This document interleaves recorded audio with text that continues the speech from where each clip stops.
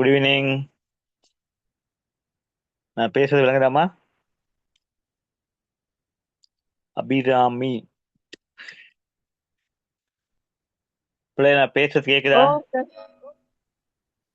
Okay, right. நம்ம பார்ப்போம் இப்ப. நம்ம இன்று அடுத்த ஸ்கிரீன் விளங்குதாமா? Okay, right. நம்ம பாடத்துக்கு வருவோம் இப்ப. இன்றைய தினம் நம்ம பார்க்க போற ஒரு பகுதியை பார்த்தீங்கன்னு சொன்னா, இலங்கையினுடைய மாகாண சபைகள் அமைக்கப்படுதல் தொடர்பா பார்க்க போகின்றோம். அப்ப மாகாண சபைகள் தொடர்பா பார்க்கும் பொழுது பார்த்தீங்கன்னு சொன்னா, முதலாவது இலங்கையினுடைய மாகாணங்கள், இலங்கையில் காணப்படக்கூடிய அந்த மாகாணங்கள் தொடர்பா பார்த்துட்டு அதோட இணைந்து பார்த்தீங்கன்னு சொன்னா நம்ம என்னது இந்த மாகாண சபை தொடர்பா பார்க்க போறோம். அப்ப இலங்கையை பொறுத்தளவுலமா நீ இலங்கை படத்தில் பார்க்கலாம். பார்த்தீங்கன்னா இலங்கை வந்து கிட்டத்தட்ட 9 மாகாணங்களாக ஏன்னா இலங்கையை வந்து பார்த்தீங்கன்னு சொன்னா அரசியல் யாப்பின் 8ஆம் உபதலைப்பின் கீழ் வந்து உருவாக்கப்பட்டுள்ள மாகாண சபைகள் வந்து 9ஆக காணப்படுகின்றது. அதன் அடிப்படையில் பார்த்தீங்கன்னு சொன்னா அதிகமான மாவட்டங்களை உள்ளடக்கிய மாகாணமாக, அதாவது யாழ்ப்பாணம், முல்லைத்தீவு, கிளிநொச்சி, வவுனியா, மன்னார் போன்ற 5 மாவட்டங்களை உள்ளடக்கிய மாவட்டமாக வடபகுதியில் வடமாகாணம் காணப்படுகின்றது. அதே போல பார்த்தீங்கன்னு சொன்னால் கிழக்கு பகுதியில் திருகோணமலை, மட்டக்களப்பு, அம்பாறை என்ற 3 மாவட்டங்களை உள்ளடக்கிய மாகாணமாக நம்ம கிழக்கு மாகாணத்தை சொல்கிறோம். தென் பகுதியில் அம்பாந்தோட்டை, காலி, மாத்தறை என்ற 3 மாவட்டங்களை உள்ளடக்கிய தென் மாகாணம் காணப்படுகின்ற அதேவேளை களுத்துறை, கம்பா, கொழும்பு என்ற 3 மாவட்டங்களை உள்ளடக்கிய மேல் மாகாணம் காணப்படுகின்றது. கொழும்பினை மையப்பகுதியாக வைத்து. அதே போல வடமேல் மாகாணம், வடமேல் மாகாணத்தை பார்த்தீங்கன்னா குருநாகல் மற்றும் புத்தளம் ஆகிய 2 மாவட்டங்களை உள்ளடக்கிய குருநாகலை மையமாக கொண்ட வடமேல் மாகாணம் காணப்படுகின்றது. அதற்கு மேலதிகமாக பார்த்தீங்கன்னு சொன்னால் வடமத்திய மாகாணம் இலங்கையுடைய பாரிய பரப்பு அளவுகளை கொண்ட மாவட்டங்களாக அனுராதபுரம், அதே போல புலனறுவை என்ற 2 மாவட்டங்களை உள்ளடக்கிய வடமத்திய மாகாணம் காணப்படுகின்றது. அதே போல மத்திய மாகாணத்தை பார்த்தீங்கன்னா மாத்தளை, கண்டி, நூறலியா என்ற 3 மாவட்டங்களை உள்ளடக்கிய இலங்கையின் மத்தியில் அமைந்துள்ள மத்திய மாகாணம் காணப்படுகின்றது. அதே போல முனராகலை மற்றும் பதுல்ல ஆகிய 2 மாவட்டங்களை உள்ளடக்கிய மாகாணமாக ஊவா மாகாணம் காணப்படுகின்ற அதே வேளை ரத்தினபுரி, கேகாலை என்ற 2 மாவட்டங்களை உள்ளடக்கிய சப்ரகமுக மாகாணம் காணப்படுகின்றது. எனவே நீங்க பார்க்கலாம் வந்து இலங்கையை பொறுத்தவரை இலங்கை வந்து 9 மாகாணங்களாக காணப்படுகின்றது. அப்ப இதன் அடிப்படையில தான் பார்த்தீங்கன்னு சொன்னா இந்த மாகாண சபையானது உருவாக்கப்பட்டுள்ள முறையை நம்ம வந்து பார்க்க போகின்றோம். முதலாக நம்ம வந்து இலங்கையில் காணப்படக்கூடிய எத்தனை மாகாணங்கள் இருக்கின்றது என்பது தொடர்பான ஒரு விளக்கத்தினை பெற்றுக்கொள்ள வேண்டும். அந்த மாகாணங்களில் உள்ளடக்கப்பட்டுள்ள மாவட்டங்கள் தொடர்பாக நம்ம ஒரு விளக்கத்தினை பெற்றுக்கொள்ள வேண்டும். விளக்கத்தை பெற்றுக்கொண்டால் தான் நம்ம பார்க்கலாம் வந்து இந்த மாகாண சபைகள் அமைக்கப்படுறத தொடர்பாக நம்ம பார்க்க போகின்றோம். ரைட், நம்ம என்ன பாடப்பரப்புக்குள்ள வரலாம் பார்த்தீங்கன்னு சொன்ன வந்து அதாவது இலங்கையில மாகாணங்களை உருவாக்க பயன்படுத்தப்பட்ட கட்டளை சட்டம். இலங்கையில் மாகாண சபைகள் அமைக்கப்பட்ட தொடர்பாக பார்க்க போறோம். அதில் முதலாவது பார்த்தீங்கன்னு சொன்னா 1978ஆம் ஆண்டு 2ஆம் குடியரசு யாப்பின் 13வது திருத்தத்தின் அடிப்படையில் தான் திருத்தத்தின் அடிப்படையில் தான் இது உருவாக்கப்படுவதன் நம்ம வந்து பார்க்கலாம். அதற்கு மேலதிகமாக 1987ஆம் ஆண்டு 42ஆம் இலக்க பாராளுமன்ற கட்டளை சட்டம், அதோடு சேர்த்து 1978ஆம் ஆண்டு அரசின் யாப்பின் 17வது 10, 15, 17வது ஆனா அத்தியாயம் 54 ஆனா அதுல 1 தலைப்பின் கீழ் மாகாண சபை அமைக்கப்பட்டமை தொடர்பாக குறிப்பிடப்பட்டுள்ளது. அப்ப இந்த விடயம் தான் பார்த்தீங்கன்னு சொன்னா வந்து மாகாண சபை உருவாக்கப்பட்ட பயன்படுத்தப்பட்ட கட்டளை சட்டம். அப்ப உங்களுக்கு மாகாண சபைகள் உருவாக்கப்பட்ட பயன்படுத்தப்பட்ட கட்டளை சட்டம் தொடர்பாக கேள்விகள் எழுப்பப்பட்டுச்சுன்னா அது தொடர்பாக கலந்துரையாடப்படும் பொழுது பார்த்தீங்கன்னு சொன்னால் இந்த 3 விடயங்களையும் நீங்கள் உள்ளடக்க வேண்டும். அதன் அடிப்படையில் பார்ப்போம் 1978ஆம் ஆண்டு 2ஆம் குடியரசு யாப்பின் ஏற்படுத்தப்பட்ட 13வது கட்டளை சட்டம் திருத்தம் மற்றும் 1987ஆம் ஆண்டு 42ஆம் இலக்க பாராளுமன்ற கட்டளை சட்டம் என்பவற்றின் மூலமும் இலங்கை மாகாண சபை பார்த்தீங்கன்னு சொன்னால் உருவாக்கப்பட்டுள்ளது. இதில் 5 மாகாணங்கள் உள்ளடக்கப்பட்டுள்ளன. 1978ஆம் ஆண்டு அரசியல் யாப்பின் 17வது ஆண அத்தியாயம் 54 ஆண 1 தலைப்பின் கீழ் இந்த மாகாண சபையானது உருவாக்கப்பட்ட தன்மை நம்ம பார்க்கலாம். சரியா? இப்போ இந்த சட்டங்கள் தான் பார்த்தீங்கன்னு சொன்னா உருவாக்கப்பட்ட சட்டமாக நம்ம பார்க்குறோம். இப்போ இலங்கையை பொறுத்தவரை 9 மாகாணங்கள் காணப்படுகின்றது. இப்போ கேள்வி ஏற்கனவே பார்த்துட்டோம்.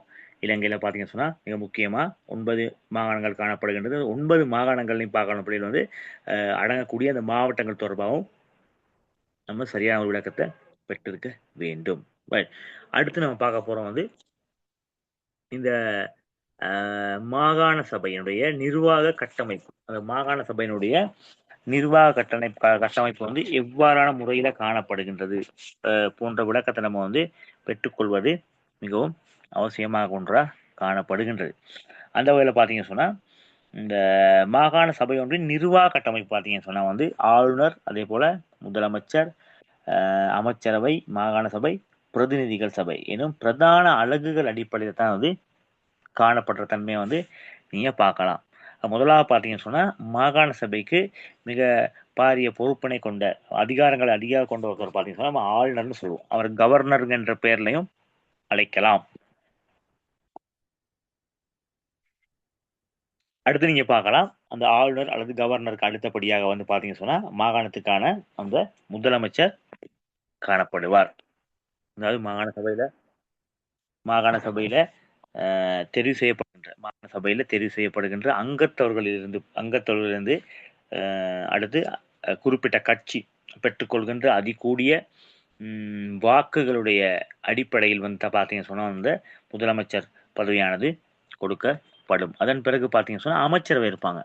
அது மிக முக்கியமா அமைச்சரவை இருப்பாங்க. அதன் பிறகு பார்த்தீங்கன்னு சொன்னா இந்த எப்படி இருப்பாங்க மாகாண சபை ஆளுங்கட்சி அது மற்றும் எதிர்கட்சி சார்ந்த விடயங்கள் இருக்கும். அப்போ இவ்வாறான முறையில் தான் பார்த்தீங்கன்னு சொன்னால் இந்த மாகாண சபைக்கான நிர்வாக கட்டமைப்பு நிர்வாக கட்டமைப்பு காணப்படுற தன்மையை நம்ம இந்த இடத்துல ஞாபகப்படுத்தி கொள்ளலாம். சரியா பிள்ளைகள்? இதன்படி பார்த்தீங்கன்னு சொன்னா அதிகாரம் கூடிய நபராக நம்ம ஆளுநர் அல்லது கவர்னர் காணப்படுவார். சரியா? கவர்னர் ஆளுநர்லாம் பார்த்தீங்கன்னு சொன்னா ஜனாதிபதியினால நியமிக்கப்பட்ட தன்மையை நம்ம பார்க்கலாம்.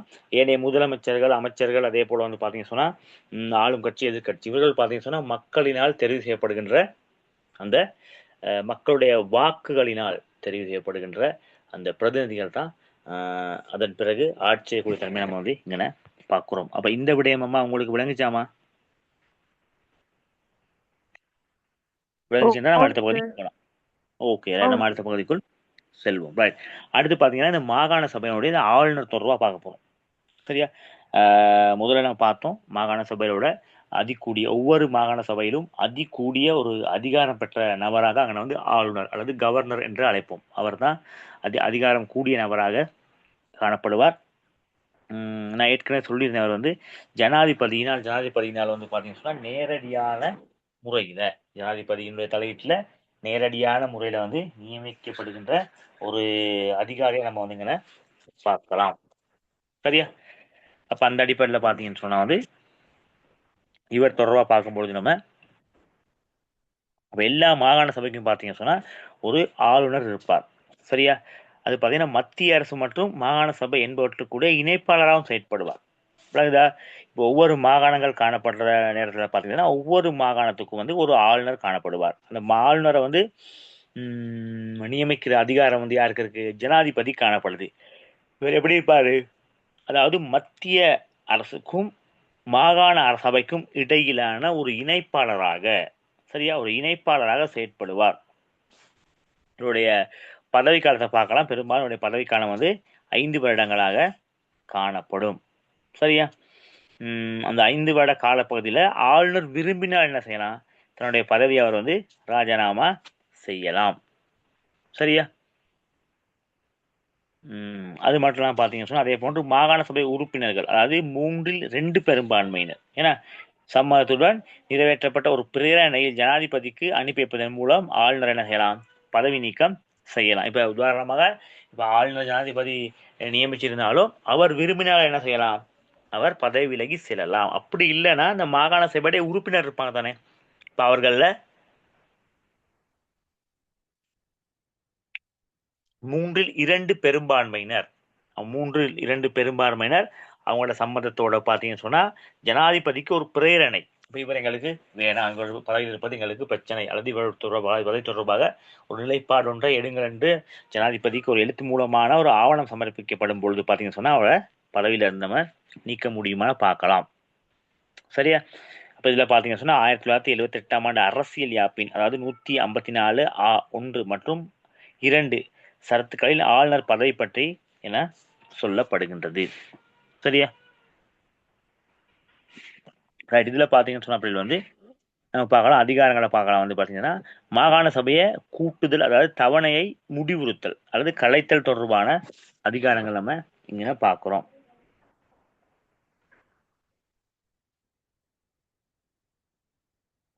ரைட். இப்போ மாகாண சபையை கூட்டுதல் அல்லது தவணையை முடிவுறுத்தல், கலைத்தல், அப்போ இந்த அதிகாரங்கள் வந்து ஒரு ஆளுநருக்கு இருக்கு. இப்போ ஆளுநர் வந்து யாரால் நியமிக்கப்படுவார், அவருடைய நிலைப்பாடு என்ன தொடர்பாக நம்ம பார்த்துருந்தோம். இப்போ பார்க்க போகிறோம் அந்த ஆளுநருக்கு உரிய அதிகாரங்கள், அவருக்கு என்னென்ன அதிகாரங்கள் காணப்படுகின்றது நம்ம பார்ப்போம்.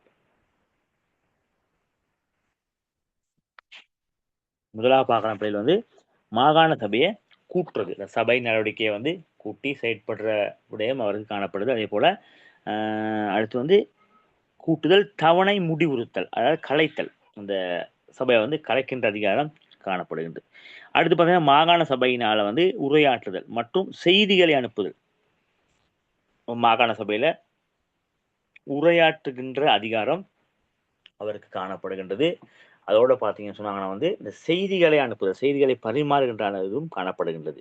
அடுத்து முதலமைச்சரை நியமிக்கிறது, அதே போல் அமைச்சரவை மற்றும் மாகாண சபை நிர்வாக அதிகாரிகளை நியமிக்கிற அதிகாரம் நம்ம வந்து இவர்கிட்ட இருக்கிறத வந்து நம்ம பார்க்கலாம்.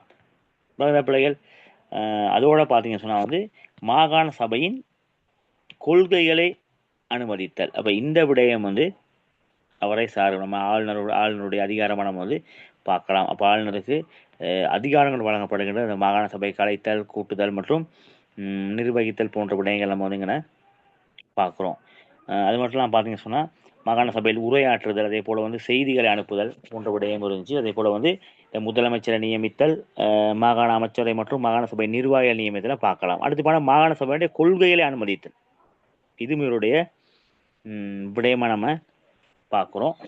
அதே போல் பார்த்தீங்கன்னு சொன்னால் அவசரகால நிலைமைகளின் போது ஜனாதிபதியின் ஆலோசனையின் பேரில் செயற்படுதல், ஏன்னா இவர் வந்து நியமிக்கிறது யாரு, ஜனாதிபதி. அப்போ அவசர கால நிலைமைகள் ஏற்படும் பொழுது அந்த குறித்த மாகாணத்தில் ஜனாதிபதியினுடைய அனுமதியோட அவருடைய ஆலோசனையின் பேரில் வந்து பார்த்தீங்கன்னு சொன்னால் இந்த மாகாண சபைக்குள் தீர்மானங்களை எடுக்கின்ற அதிகாரம் இந்த ஆளுநருக்கு இருக்கு. சரியா? அடுத்து நம்ம பார்க்கலாம் மாகாண சபையின் பேரளவு நிர்வாகியாக செயற்படும். இப்போ மாகாண சபையை வந்து நிர்வகிக்கிறதுல அவர் வந்து ஒரு சிறப்பானதாக செயற்படுவார்.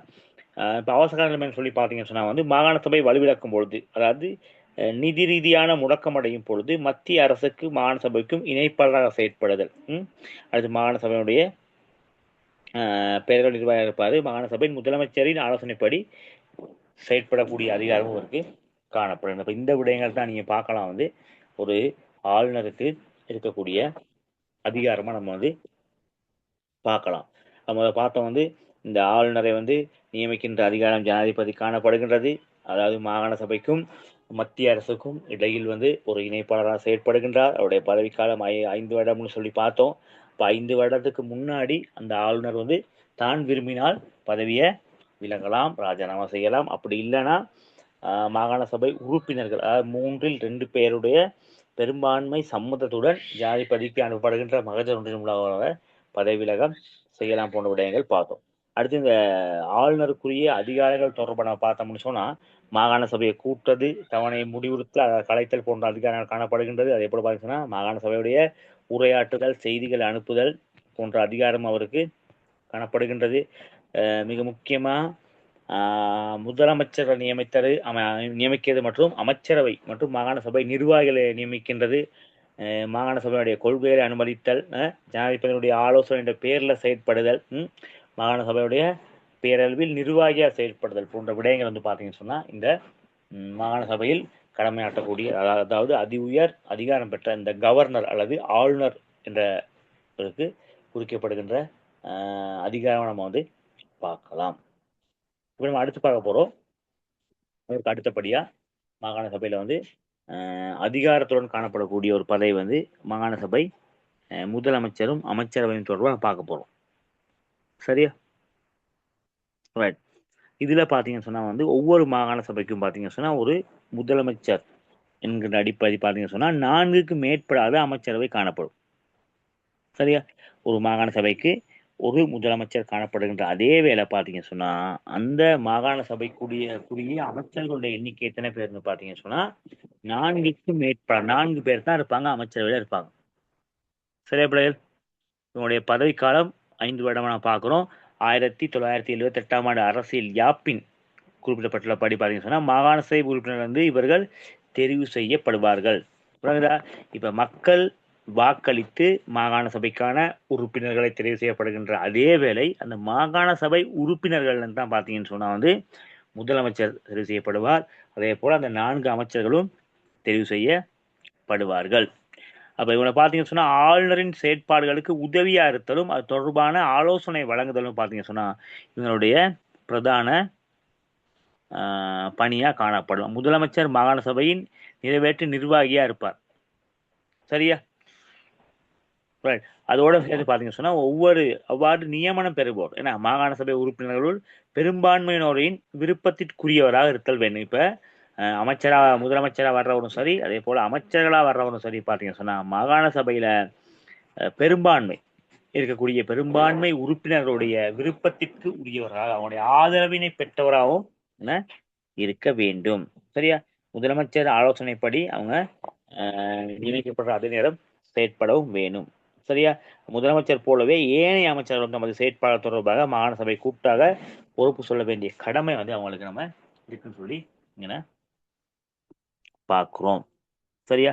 உங்களுடைய பணியாக பார்த்தீங்கன்னு சொன்னால் வந்து மாகாண ஆளுநருக்கு ஆலோசனை வழங்குதல், மாகாணனுடைய இருக்கக்கூடிய ஆளுநருக்கு வந்து ஆலோசனைகளை வழங்கி அந்த மாகாணத்தை வந்து நல்ல முறையில் நிர்வகிக்கக்கூடிய ஆற்றல் உங்கள்கிட்ட காணப்படுகின்றது. அதோட பார்க்கலாம், இந்த மாகாணத்துக்கான வரவு செலவு திட்டங்களை தயாரிக்கின்ற உரிமை. ஏன்னா அவருடைய பணிகள்ல மிக முக்கியமானது பார்த்தீங்கன்னு சொன்னா ஆளுநருக்கு ஆலோசனை வழங்குது. அதே போல பார்த்தீங்கன்னு சொன்னா மாகாண சபைக்கான வரவு செலவு திட்டங்களை தயாரிக்கிறது. அதே போல மாகாணத்தின் பொருளாதார அபிவிருத்தி நிர்வாகத்தை வந்து திட்டமிடுறது. சரியா? இதெல்லாம் அவனோட வேலையை நம்ம வந்து பார்க்குறோம். அதே போல பார்த்தீங்கன்னு சொன்னா என்பவற்றை தயாரித்து அவற்றை நடைமுறைப்படுத்துறது வந்து அவருடைய நம்ம கடமையா பார்க்குறோம். சரியா? இதோடு சேர்த்து பார்த்தீங்கன்னா மாகாண சபையில் பிரதிநிதிகள் எண்ணிக்கையினை தீர்மானிக்கும் காரணி பார்த்தீங்கன்னு சொன்னா சனத்தொகை. ஒவ்வொரு மாகாண சபையிலையும் பார்த்தீங்கன்னு சொன்னா அந்த மாவட்டங்கள்ல இருந்து நம்ம பார்க்குறோம். இப்ப மத்திய மாகாணத்தை பார்த்தோம்னு சொன்னா அந்த 3 மாவட்டங்கள் காணப்படுகின்றது. 3 மாவட்டங்கள் சொன்னா மாத்தளை, கண்டி, நுவரெலியா. அப்ப அந்த 3 மாவட்டங்களில் காணப்படக்கூடிய சனத்தொகையின் அடிப்படையில தான் பார்த்தீங்கன்னு சொன்னா அந்த குறித்த மாவட்டத்திலிருந்து குறித்த எண்ணிக்கையிலான மாகாண சபை உறுப்பினர்கள் தெரிவு செய்யப்பட்டு மத்திய மாகாணத்துக்கு அனுப்பி வைக்கப்படுவார். அதான் சொல்ல வராங்க. அதாவது பார்த்தீங்கன்னா மாகாண சபையினுடைய பிரதிநிதிகளை எண்ணிக்கை அடிப்படையில் எத்தனை எண்ணிக்கை தீர்மானிக்கணும், எத்தனை எண்ணிக்கை தெரிவு செய்யப்படணும் போன்ற விடயங்கள்லாம் பார்த்தீங்கன்னு சொன்னா அந்த சனத்தொகை மற்றும் பரப்பளவு இந்த 2 அடிப்படையில் தான் பார்த்தீங்கன்னு சொன்னா அந்த மாகாண சபை உறுப்பினர்களுடைய எண்ணிக்கையானது தீர்மானிக்கிறத நம்ம வந்து இந்த இடத்துல ஞாபகப்படுத்தி கொள்ளலாம்.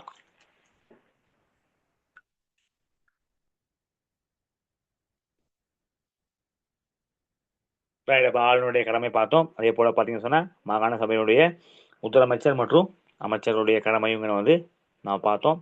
மிக முக்கியமா மாகாண ஆளுநருக்கு ஆலோசனை வழங்குறது. அதே போல் பார்த்தீங்கன்னு சொன்னால் மாகாண சபையுடைய வரவு செலவு திட்டங்களை தயாரிக்கிறது.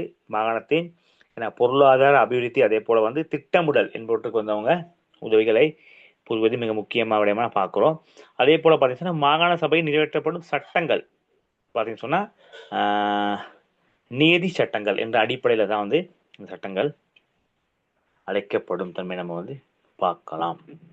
சரியா ரைட்டம்மா? அப்ப இதுவரைக்கும் பார்த்த விடயங்களம்மா உங்களுக்கு விளங்குச்சா? ஆளுநருடைய அதிகாரம் அதே போல கடைசியா முதலமைச்சருடைய அதிகாரம் மற்றும் அமைச்சருடைய அதிகாரம் பார்த்தோம். அப்ப இந்த விடயமா உங்களுக்கு விளங்குச்சாமா?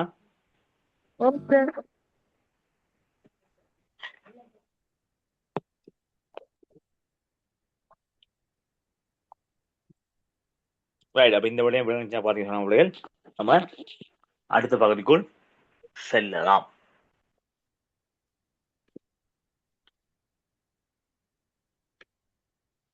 இதுல பார்க்கலாம் வந்து அடுத்து பாத்தீங்கன்னா மாகாண சபையினுடைய அதிகாரங்கள் தொடர்பாக நம்ம வந்து பார்க்கிறோம்.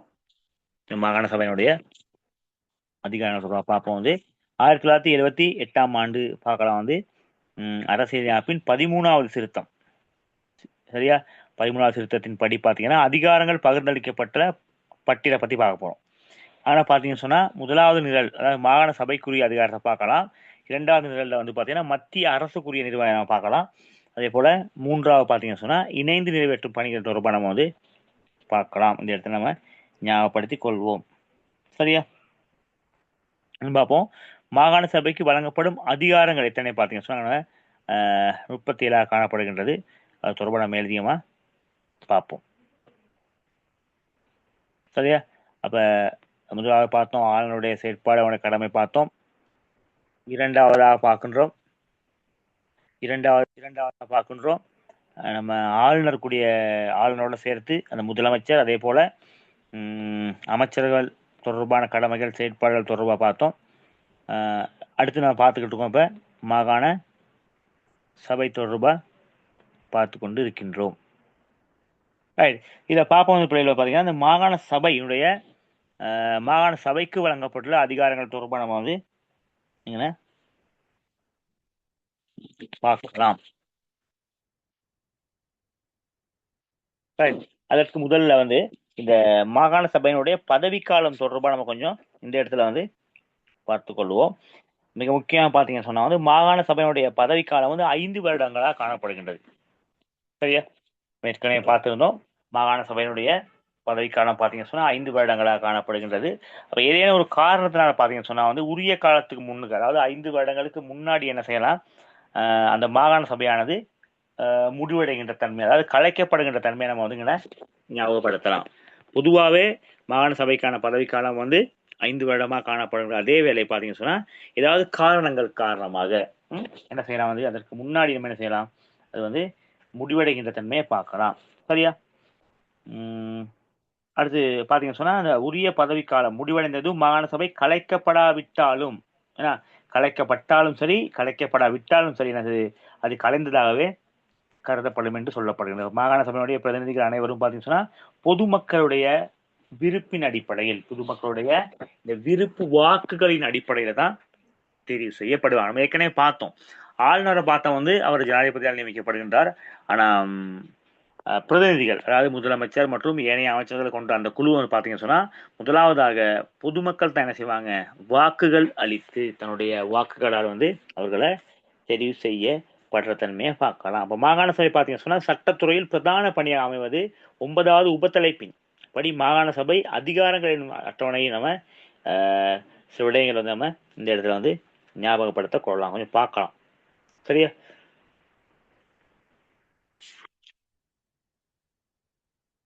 ரைட். அதை பார்ப்போம். முதலாவது வந்து இந்த மாகாண சபையினுடைய அதிகாரம் பார்ப்போம்.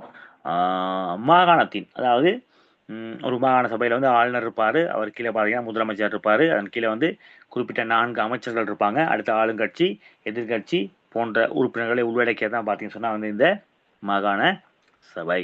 அப்போ இந்த மாகாண சபையை பார்த்தீங்கன்னா அப்படியில் வந்து பார்த்தீங்கன்னு சொன்னால் இந்த மாகாண சபையினுடைய பொருளாதாரத்தின் ஏன்னா மாகாண சபைக்குரிய வழங்கப்பட்டுள்ள அதிகாரங்கள் பார்த்தோம்னு சொன்னால் மாகாணத்தின் பொருளாதாரத்தை திட்டமிடுறது. அப்போ குறிப்பிட்ட மாகாணத்துக்குரிய அந்த பொருளாதார நிலை தொடர்பாக அந்த மாகாணத்தை எவ்வாறான முறையில் வந்து அபிவிருத்தி செய்வது தொடர்பான விடயங்களை வந்து திட்டமிடுற பொறுப்பு வந்து இந்த மாகாண சபைக்கு காணப்படுகின்றது.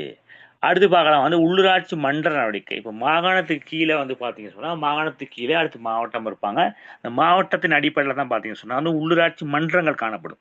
நம்ம ஏற்கனவே கொஞ்சம் பார்த்துருந்தோம். மாநகர சபைகள், நகர சபை, பிரதேச சபை போன்ற பிரிவுகள் காணப்படும். அப்போ உள்ளூராட்சி மன்ற நடவடிக்கையை வந்து நிர்வகிக்கின்ற உரிமை வந்து இந்த மாகாண சபைக்கு இருக்கின்றது. அடுத்து பார்த்தீங்கன்னா மாகாண வீடமைப்பு அபிவிருத்தி.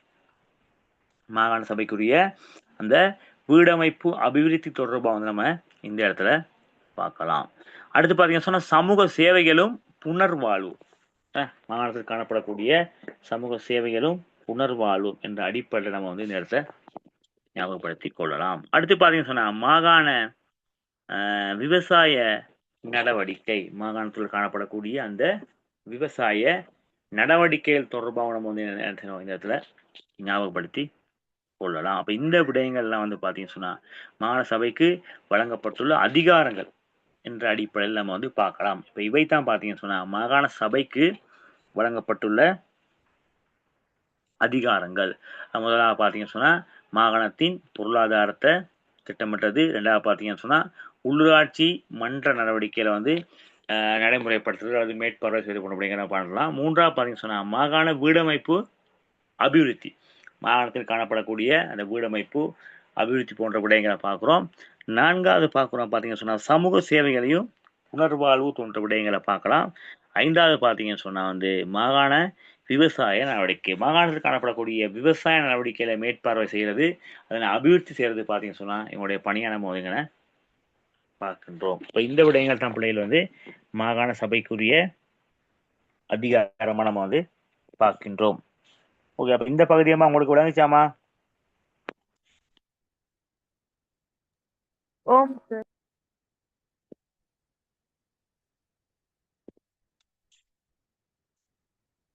நம்ம அடுத்த பகுதிக்குள் செல்வோம். சரியா? அடுத்து பார்த்தீங்கன்னா மத்திய அரசுக்கு வழங்கப்பட்டுள்ள அதிகாரங்கள். மத்திய அரசுக்கு வழங்கப்பட்டுள்ள அதிகாரம் தானே பார்த்தீங்கன்னா 17 சொல்றாங்க. அதுல மிக முக்கியமா பார்த்தீங்கன்னா மத்திய அரசுக்கு வழங்கப்பட்டுள்ள அதிகாரங்கள் என்னென்ன விடயம்னு சொல்லி கொஞ்சம் இந்த இடத்துல பார்த்துட்டு போவோம். முதலாவது பார்த்தீங்கன்னு சொன்னா வந்து இந்த வெளிவிகார நடவடிக்கைகளை மேற்பார்வை செய்கிறது. அது வந்து மத்திய அரசுக்குரிய நடவடிக்கையை நம்ம வந்து இங்கே ஞாபகத்துக்குள் படுத்தலாம். அடுத்து பார்த்தீங்கன்னா இந்த குடிவரவு, குடியியல்பு மற்றும் குடியுரிமை தொடர்பான விடயங்களை வந்து மத்திய அரசு நடவடிக்கைப்படுத்துது. அடுத்து சனத்தொகை மற்றும் புள்ளி விவரங்களை வந்து கணக்கிடுறது, அதை வந்து வெளிப்படுத்தக்கூடிய தன்மையை பார்க்கலாம். அடுத்து எல்லா விடயங்களும் செயற்பாடுகளும் தொடர்பான தேசிய கொள்கையை உருவாக்குறத நம்ம வந்து பார்க்கலாம். சரியா?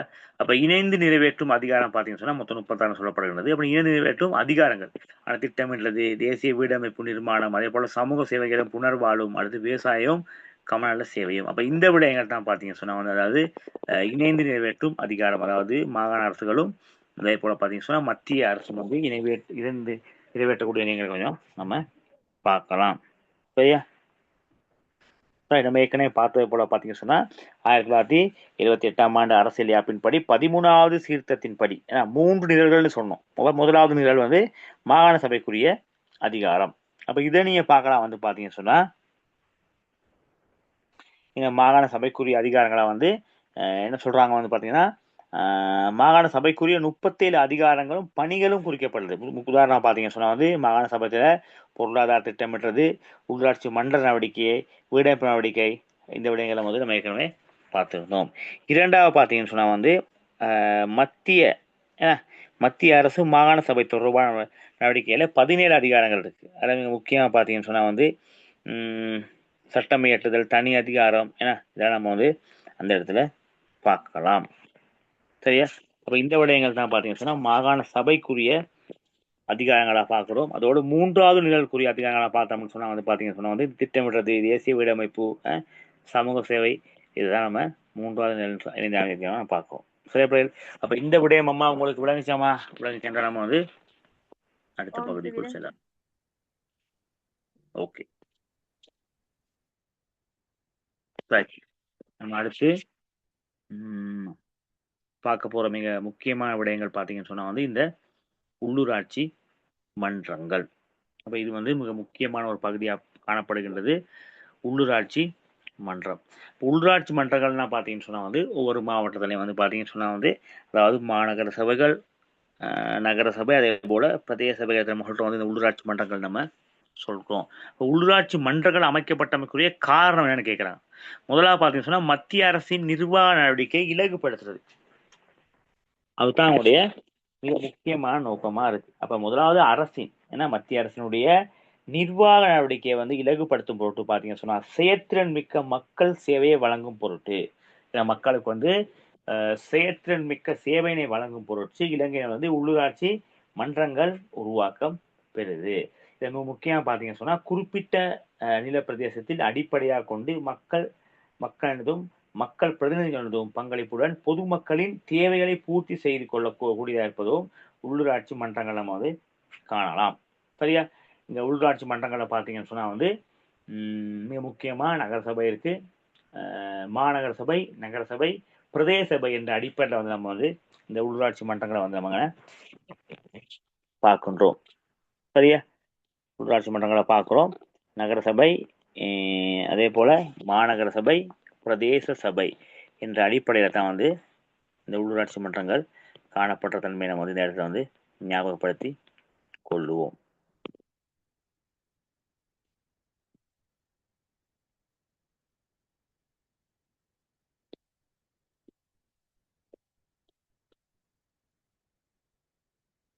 பார்ப்போம். இருக்கு இலங்கையின் செயற்படும் உள்ளூராட்சி மன்றங்கள் மிக முக்கியமான பகுதி. அதாவது மத்திய அரசனுடைய, அதே போல வந்து மாகாண அரசினுடைய, மத்திய அரசின் நிர்வாக நடவடிக்கையில வந்து இலகுபடுத்தி கொள்கின்ற நோக்கோடு தான் வந்து இந்த உள்ளூராட்சி மன்றங்களை வந்து நம்ம பார்க்கின்றோம். சரியா? இதுல மிக முக்கியமா வந்து மகாநகர சபை, நகர சபை, பிரதேச சபை என்பன காணப்படுகின்றது. மாநகர சபையை பத்தி பார்த்தீங்கன்னு சொன்னா அதை மாநகர பிதா தான் மிக முக்கியமானதா இருப்பாரு. அவரோட சேர்த்து உபநகர பிதா காணப்படுவார்கள். அதே போல நகர சபையை பொறுத்தவரை நகர சபை தலைவர், அது மேயர்னு சொல்லுவாங்க. அதே போல உப தலைவர் காணப்படுவாரு. பிரதேச சபையை பொறுத்தவரை வந்து பிரதேச சபைக்குரிய தலைவரை காணலாம். அதே போல உப தலைவர் காணப்படுவார். இவர்களுடைய தலைமையில் கீழே தான் பார்த்தீங்கன்னு சொன்னா வந்து இந்த உள்ளூராட்சி மன்றங்கள் வந்து நிர்வகிக்கப்படுகின்ற தன்மையை வந்து நம்ம பார்க்கலாம். தரம் 9 பொறுத்தவரை பார்த்தீங்கன்னு சொன்னா வந்து தரம் 9 இந்த உள்ளூராட்சி மன்றங்கள் தொடர்பான விடயங்கள் வந்து பார்த்தீங்கன்னா வந்து தெளிவான முறையில வந்து கொடுக்கப்பட்டிருக்க தன்மை வந்து ஏற்கனவே பார்த்திருப்பீர்கள். சரியா? அதுல முக்கியமா உள்ளூராட்சி மன்றங்கள் தொடர்பாக வந்து தெளிவான ஒரு விளக்கம் வந்து அங்கே கொடுக்கப்பட்டு இருக்கின்றது. எத்தனை பிரதேச சபை, எத்தனை உள்ளூராட்சி மன்றங்கள், சரியா, போன்ற அமைப்பு வந்து நம்ம வந்து தரம் 7, 8 போன்ற பாடப்பகுதியில வந்து நாம் சரியா பிள்ளைகள்? அப்ப உங்களோட பகுதி வந்து எந்த பிரதேசத்துக்குள்ள வருதா? உள்ளூராட்சி மன்றங்கள் வந்து நகர சபைக்குள்ள வருதா, அதே போல மாநகர சபைக்குள்ள வருதா, அல்லது போல பிரதேச சபைக்குள்ள வருதான்னு கொஞ்சம் நீங்க கொஞ்சம் அதை பார்த்து கொள்ள வேண்டும். அடுத்து பார்ப்போம் வந்து இந்த உள்ளூராட்சி மன்றங்கள் தலைவருடைய அதிகாரங்கள் தொடர்பாக நம்ம வந்து இங்க பார்ப்போம்.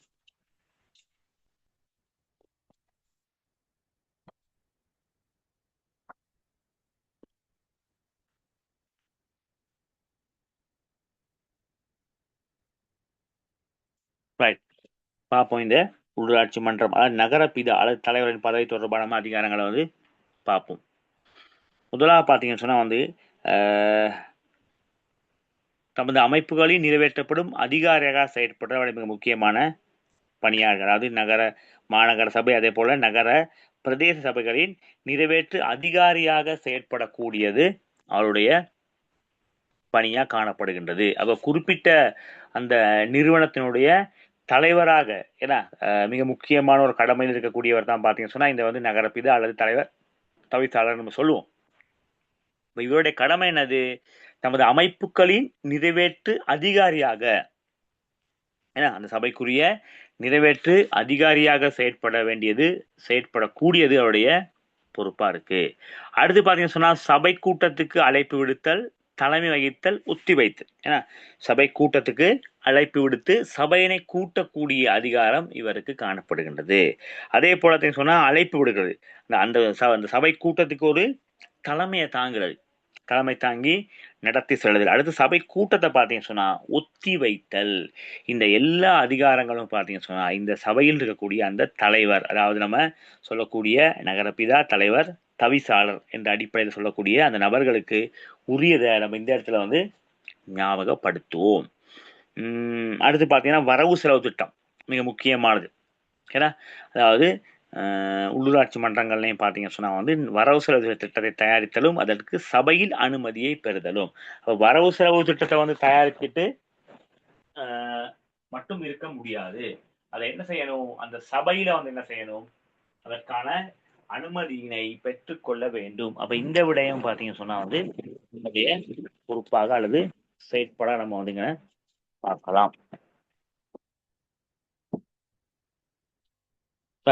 அடுத்து மிக முக்கியமாக பார்த்து பார்த்தீங்கன்னு சொன்னா தமது நிர்வாக பிரதேசக்குரிய பகுதி. ஓகேனா, இப்ப பெரும்பாலும் மாநகர சபை அரசா பார்த்தீங்கன்னு சொன்னா அந்த நகரத்தை சார்ந்த பகுதியாக இருக்கும். அதே போல நகர சபையும் பார்த்தீங்கன்னு சொன்னா அந்த நகரையும் அண்டிய பகுதியாக தான் காணப்படும். பிரதேச சபைகளாக காணப்பட்டதான் பொதுவாக பார்த்தீங்கன்னு சொன்னா வந்து தோட்டப்பகுதி மற்றும் கிராம பகுதியா இருக்கும். அப்ப அவர்களுடைய அதிகாரத்துக்கு உட்பட்ட பிரதேசங்கள்ல பார்த்தீங்கன்னு சொன்னா வந்து அபிவிருத்தியை மேற்கொள்றது, அதனை அபிவிருத்திக்கு உட்படுத்த வேண்டிய பொறுப்பு வந்து இவங்களுக்கு தான் காணப்படுகின்றது.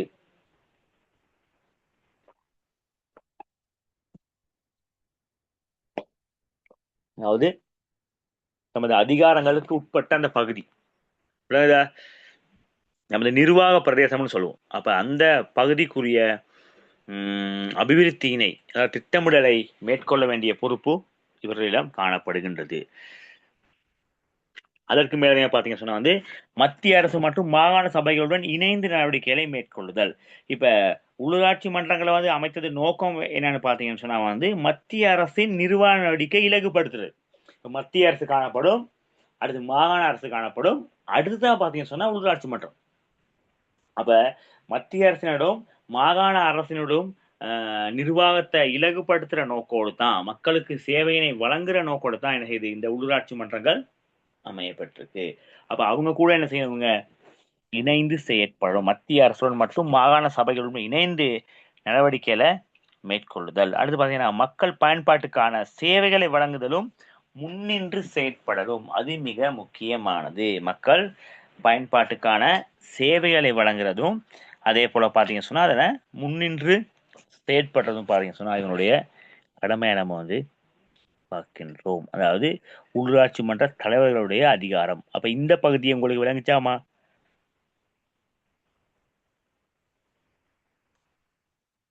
விளங்குச்சாமா அந்த பகுதி? விளங்குச்சென்றால் நம்ம அடுத்த பகுதிக்குள் ஓகே ரைட், நம்ம அடுத்த பகுதிக்குள் செல்லலாம். அப்படிங்கிற பாத்தீங்க சொன்னா உள்ளூராட்சி மன்றங்களினுடைய உள்ளூராட்சி மன்றம் ஒன்றின் கொள்கை உருவாக்கம் செய்யும் அளவு பார்த்தீங்கன்னு சொன்னா பொது சேவையை நம்ம வந்தீங்கன்னா ஞாபகப்படுத்தி கொள்ளலாம். உள்ளூராட்சி மன்றம் செய்யும் அழகாக வந்து இந்த பொது சபை காணப்படுகின்றது. அப்ப இந்த சபையில தான் பாத்தீங்கன்னு சொன்னா உள்ளூராட்சி மன்ற எல்லைகள் வாழும் மக்களால் தேர்தல் மூலம் தெரிவு செய்யும் மக்கள் பிரதிநிதிகளை கொண்டிருக்கும் இந்த பொது சபை தான். ஏன்னா இப்பொது சபையிலே தலைவர், அதே போல உப தலைவர் பதவிகளை தெரிவு செய்வோர். அடுத்து பார்த்தீங்கன்னா வரவு செலவு திட்டத்தை அனுமதித்தல், நிர்வாக நடவடிக்கைகளை மேற்கொள்ளல் தொடர்பான தலைவர் மற்றும் நகர பிதாவுக்கு உதவியாக இருத்தல் என்பன வந்து இந்த பொதுச்சபையினுடைய பணியை நம்ம வந்துங்க பார்க்கின்றோம். சரியாமா? அப்ப இந்த விடயங்கள் தான் பார்த்தீங்கன்னு சொன்னா இந்த உள்ளூராட்சி மன்றங்களுடைய செயற்பாடா காணப்படுகின்றது. அப்ப இதுவரைக்கும் பார்த்த விடயம் அம்மா உங்களுக்கு விளங்குச்சா?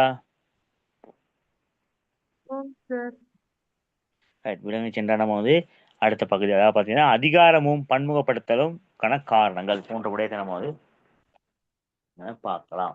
இப்போ இதுவரையும் பார்த்தோம் வந்து மாகாண சபை தொடர்பாக பார்த்தோம், மாகாண சபை உருவாக்கப்பட்ட அந்த அமைப்பு விடயங்கள் தொடர்பாக பார்த்தோம், மாகாண சபையினுடைய கட்டமைப்பு, அதாவது ஆளுநர், அதே போல முதலமைச்சர், அமைச்சர்கள், அதே போல ஆளும் கட்சி, எதிர்கட்சி போன்ற விடயங்களை பார்த்துருந்தோம். மாகாண சபையில பார்த்தீங்கன்னா ஆளுநரை வந்து நீங்க பார்க்கலாம், வந்து ஆளுநருடைய பதவிக்காலம் 5 வருடமாக காணப்படுகிற அதேவேளை ஆளுநரை நியமிக்கக்கூடிய அதிகாரம் யாருன்னு பார்த்தோம் சொன்னா ஜனாதிபதிக்கு உரியன்னு சொல்லி பார்த்தோம். அடுத்து அவருடைய அதிகாரம் பார்த்தோம், அவருக்குரிய ஆளுநருக்குரிய அதிகாரங்கள் பார்த்தோம். அடுத்து முதலமைச்சர் பார்த்தோம். முதலமைச்சரும் அமைச்சரவையும் தொடர்பா பார்க்கல, முதலமைச்சரையும் அமைச்சர்களையும் மக்கள் தானே செய்றாங்க, தேர்தல் அதாவது வாக்கு மூலம் தெரிவு செய்யப்படுகின்றார்கள். அவருடைய கடமை, பொறுப்புகள் மற்றும் செயற்பாடு தொடர்பான நம்ம வந்து பார்த்துருந்தோம். அதே போல இறுதியா பார்த்த விடயங்கள் பார்த்தீங்கன்னு சொன்னா உள்ளூராட்சி மன்றம்.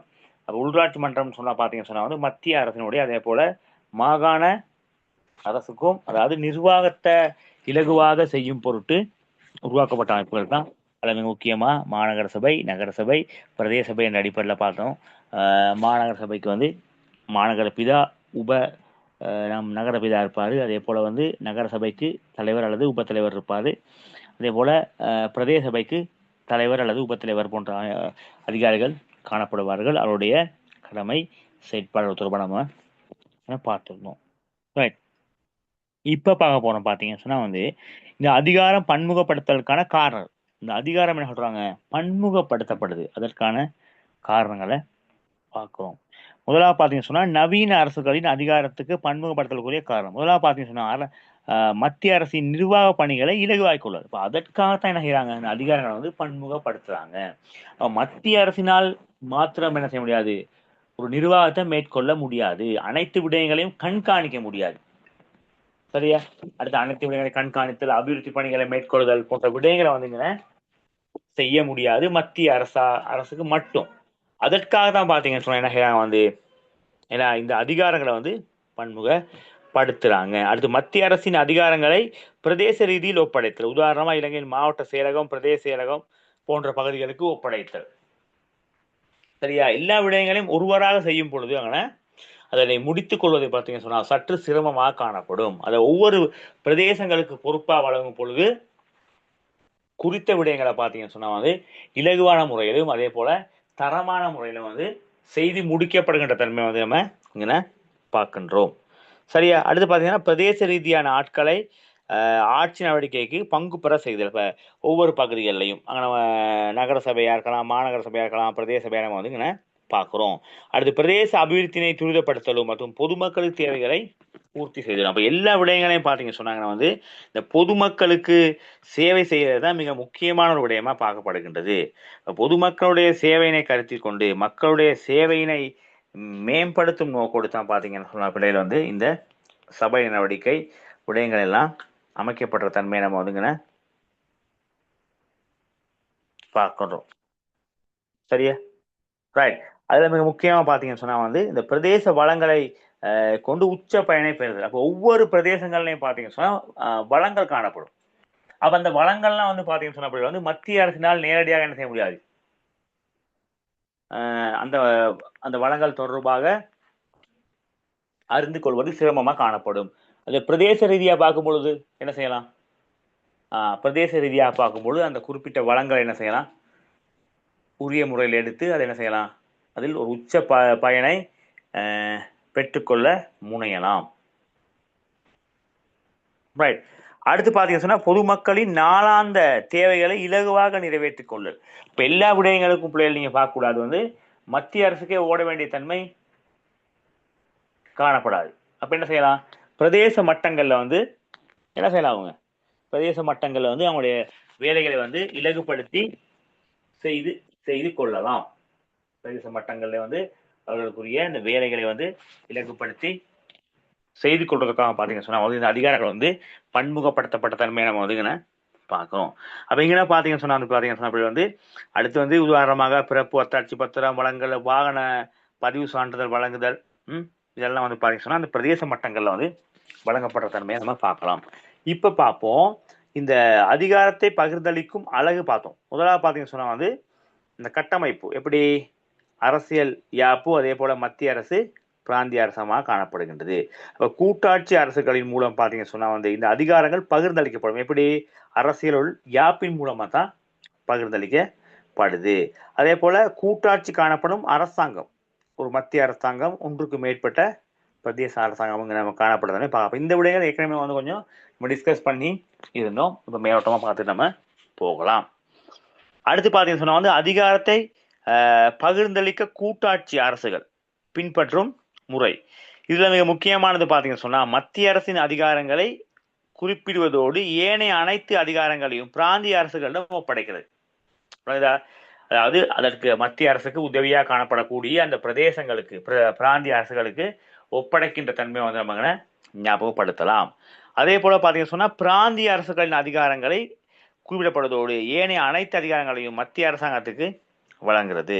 அடுத்து பிராந்திய அரசாங்கத்தின் அதிகாரங்களையும் மத்திய அரசாங்கத்தின் அதிகாரங்களையும் குறிப்பிட்டு எஞ்சுள்ள அனைத்து அதிகாரங்களையும் இணைக்கப்பட்டால் மூலம் 2 நிறுவனங்கள் மூலம் அதை ஒப்படைக்கின்ற செயற்பாடு நம்ம வந்து இந்த இடத்துல வந்து இங்கே பார்க்குறோம். அப்போ இவ்வாறான முறையில் தான் வந்து பார்த்தீங்கன்னு சொன்ன வந்து அந்த அதிகாரம் வந்து பன்முகப்படுத்தப்படுகின்ற தன்மை வந்து நம்ம இந்த இடத்துல வந்து ஞாபகப்படுத்தி கொள்ளலாம்.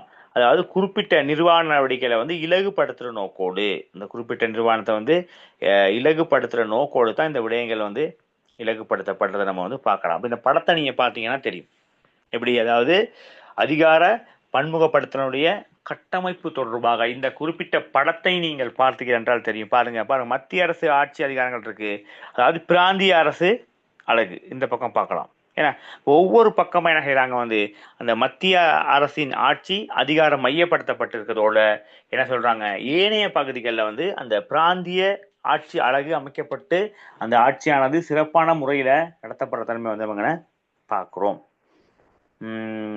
அடுத்து பார்த்தீங்கன்னு சொன்னா அதிகார பகிர்வின் கட்டமைப்பு, இதுவும் பார்க்கலாம். அது எப்படி, மத்திய அரசின் சட்ட நிறைவேற்று நிதி அதிகாரம், ஏன்னா அடுத்து மாநிலம், அடுத்து பிராந்திய ஆட்சி அழகு. அப்ப இந்த அடிப்படையில தான் பிள்ளைகள் நீங்க பார்க்கலாம் வந்து பாத்தீங்க சொன்னா இந்த அதிகாரம் பன்முகப்படுத்தலுடைய கட்டமைப்பை நம்ம வந்தீங்கன்னா பார்த்து கொள்கின்றோம். சரியா பிள்ளைகள்?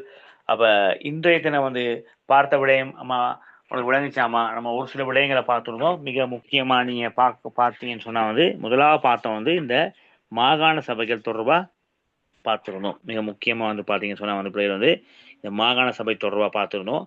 மாகாண சபையினுடைய என்ன பார்த்தோம், 9 மாகாணங்கள் தொடர்பா பார்த்தோம். சரியா?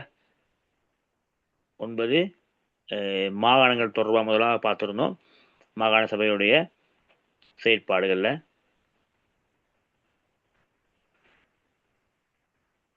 ரைட் மாகாணங்கள் தொடர்பாக பார்த்துருந்தோம்.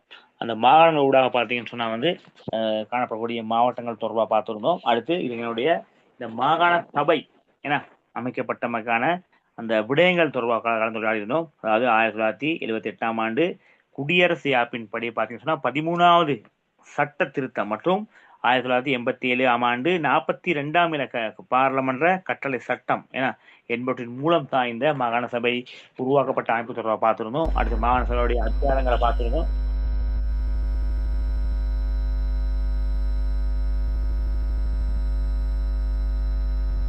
உங்களோட மைக் வந்து கொஞ்சம் பார்த்துக்கொள்ளுங்க. அடுத்து பார்த்தீங்கன்னு சொன்னா மாகாண சபையினுடைய கட்டமைப்பு பார்த்துருந்தோம். அது மிக முக்கியமா ஆளுநர் அல்லது கவர்னரை பார்க்கலாம். அதே போல அதுக்கு அடுத்தபடியா முதலமைச்சர், அமைச்சர்கள், மாகாண சபை மற்றும் ஆளுங்கட்சி எதிர்கட்சி தொடர்பாக வந்து இங்கே கலந்துரையாடப்பட்டிருந்துச்சு. அடுத்தபடியாக வந்து ஆளுநருடைய கடமை, ஆளுநருக்குரிய அதிகாரம் பார்த்துருந்தோம்.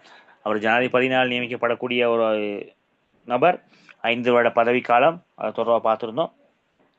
அடுத்து இந்த ஆளுநருடைய பணிகள், அவருடைய அதிகாரங்கள் தொடர்பாக நம்ம வந்து இந்த இடத்துல கலந்துரையாடி இருந்தோம். அதில் வந்து மாகாண சபையை கூட்டுதல், அவங்க அந்த மாகாண சபையை முடிவுறுதல், கலைத்தல், மாகாண சபை உரையாற்றுதல் மற்றும் செய்திகள் அனுப்புறது போன்ற விடயங்கள் நம்ம வந்து பார்த்துருந்தோம். அடுத்து மாகாண சபையின் கொள்கைகள் அனுமதித்தல், இந்த விடயங்களையும் பார்த்துருந்தோம். அடுத்து பார்த்தீங்கன்னா முதலமைச்சர், மிக முக்கியமானது இந்த முதலமைச்சரும் அமைச்சரவையும் பார்த்துருந்தோம். இங்கே முதலமைச்சரும் மற்றும் அமைச்சர்கள் தொடர்பாக பார்க்கும் பொழுது இவர்களை வந்து தெரிவு செய்கின்ற அதிகாரம் அந்த பிரதேசத்துக்குரிய மக்களுக்கு தான் இருக்கு. அவர்கள் வாக்குகள் அளித்து அதன் மூலம் வந்து தெரிவு செய்யப்படுறாங்க. அப்ப அது கூடிய வாக்குகளை பெரும் நபர் தான் செய்வார், முதலமைச்சராக வருவார். அடுத்து பார்த்தீங்கன்னு சொன்னால் அமைச்சராக வருவாங்க. இவர்கள் பெரும்பாலும் பார்த்தீங்கன்னு சொன்னால் மக்களுடைய அந்த ஏனைய உறுப்பினருடைய ஆதரவினை பெற்றவராகவும் இருக்க வேண்டும். அது மிக முக்கியமானது. அப்போ அவனுடைய பணிகள் மாகாண ஆளுநருக்கு ஆலோசனை வழங்குறது, வரவு செலவு திட்டத்தை தயாரிக்கிறது, மாகாணத்தின் பொருளாதார அபிவிருத்தி நிர்வாக திட்டமிடல் என்பவற்றை மேற்கொள்ளுதல், இதெல்லாம் அவனுடைய செயற்படா பார்த்தோம். அடுத்து மாகாண சபை ஒன்றுக்குரிய அதிகாரங்களை நம்ம கலந்துரையாடி இருந்தோம். மாகாண சபையினுடைய பதவிக்காலம் 5 வருடம். உரிய காலத்துல சில நேரம் மாகாண சபை கலைக்கப்படும். அதற்கு பிறகு பார்த்தீங்கன்னு சொன்னா மாகாண சபை கலைக்கப்பட்டதா தான் இருக்கும். அப்ப அந்த நேரத்தில் அவங்களுடைய அதிகாரம் தொடர்பாகவும் பார்த்திருந்தோம். அதன் பிறகு நீங்க பார்க்கலாம் இந்த உள்ளூராட்சி மன்றம். இப்போ உள்ளூராட்சி மன்றங்கள் பெரும்பாலும் பார்த்தீங்கன்னு சொன்னா மத்திய அரசின் நிர்வாக நடவடிக்கையை இலகுப்படுத்துவதற்காக மேற்கொள்ளப்படுற விடயமா பார்த்துருந்தோம். ஆனால் நகரசபை, மாநகர சபை, பிரதேச சபை என்ற அடிப்படையில் பார்த்துருந்தோம். நகரசபையில மாநகர சபையில நகரபிதா, உபநகர பிதா இருப்பாரு. நகர சபையில தலைவர், உபத்தலைவர். அதே போல பிரதேச சபையில பார்த்தீங்கன்னு சொன்னா தலைவர், உபத்தலைவர் அடிப்படையில் அவங்களோட பதவி காலம் காணப்படுகின்றது. இப்போ அவங்களுடைய அந்த தலைமைத்துவத்தினுடைய பதவி காலம் தொடர்பாக பார்த்துருந்தோம். இப்போ அவங்களுடைய பதவி காலம் அந்த குறிப்பிட்ட நிறுவனத்தினுடைய நிறைவேற்ற அதிகாரியா இருப்பாங்க. அதே வேலை பார்த்தீங்கன்னு சொன்னா சபையை கூட்டுறது, கலைத்தல் போன்ற விடயங்கள் செயற்படுதல், அதே போல தமது நிர்வாக பிரதேசங்களை அபிவிருத்தி செய்தல் போன்ற விடயங்களை பார்த்தோம். அடுத்து மாகாண சபை கூட இணைந்து செயற்படக்கூடிய விடயங்களை கலந்துரையாடினோம். அடுத்து பார்த்தீங்கன்னு சொன்னா பொது சபை தொடர்பாக பார்த்துருந்தோம். இறுதியாக அந்த அதிகாரம் பன்முகப்படுத்தல் விடயங்கள் தொடர்பாக பார்த்துருந்தோம். அப்ப இன்றைய தினம் அம்மா பார்த்த விடயம் அம்மா உங்களுக்கு விளங்குச்சாமா? ஓகேம்மா. அப்ப இன்றைய தினத்துல இணைந்து கொண்ட உங்களுக்கு அனைவருக்கும் நன்றி. நீங்கள் அடுத்த முறை வரும்பொழுது, அடுத்த வகுப்பு வரும்பொழுது பிள்ளைகள் கொஞ்சம் அதாவது தெரிவு செய்யப்பட்ட சில நாடுகளுடைய உட்கட்டமைப்பு மிக முக்கியமாக பார்த்தீங்கன்னா ஐக்கிய அமெரிக்காவுடைய சமஷ்டி ஆட்சி, அது தொடர்பாக கொஞ்சம் நீங்க தேடிக்கொண்டு வாங்க. நம்ம அடுத்த வகுப்புல இந்த விடயங்கள் தொடர்பாக கொஞ்சம் கலந்துரையாடலாம். ஐக்கிய அமெரிக்காவுடைய சமஷ்டி அரசாக உருவெடுத்தமைக்கான காரணங்கள் போன்ற காரணங்களை கொஞ்சம் நீங்க நோட் பண்ணி கொண்டு வாங்க. அதன் உதாரணம் என்ன செய்யலாம், அடுத்த பகுதிக்குள் நாம் செல்லலாம். அப்ப இன்றைய தினம் இணைந்து கொண்ட அனைவருக்கும் நன்றி. ஓகேமா, குட் நைட். Okay right. அப்ப நீங்க அடுத்த கிழமை பார்த்தீங்கன்னு சொன்னா அந்த ஐக்கிய அமெரிக்காவின் சமஷ்டி ஏன்னா அரசு உருவெடுத்தமைக்கான காரணங்கள் தொடர்பாக கொஞ்சம் நீங்க அந்த விடயத்தை கொஞ்சம் நோட் பண்ணிட்டு வந்தா என்ன செய்யலாம், நம்ம அடுத்த கொஞ்சம் அது தொடர்பாக கலந்துரையாடலாம். ஓகேம்மா, தேங்க்யூ, குட் நைட்.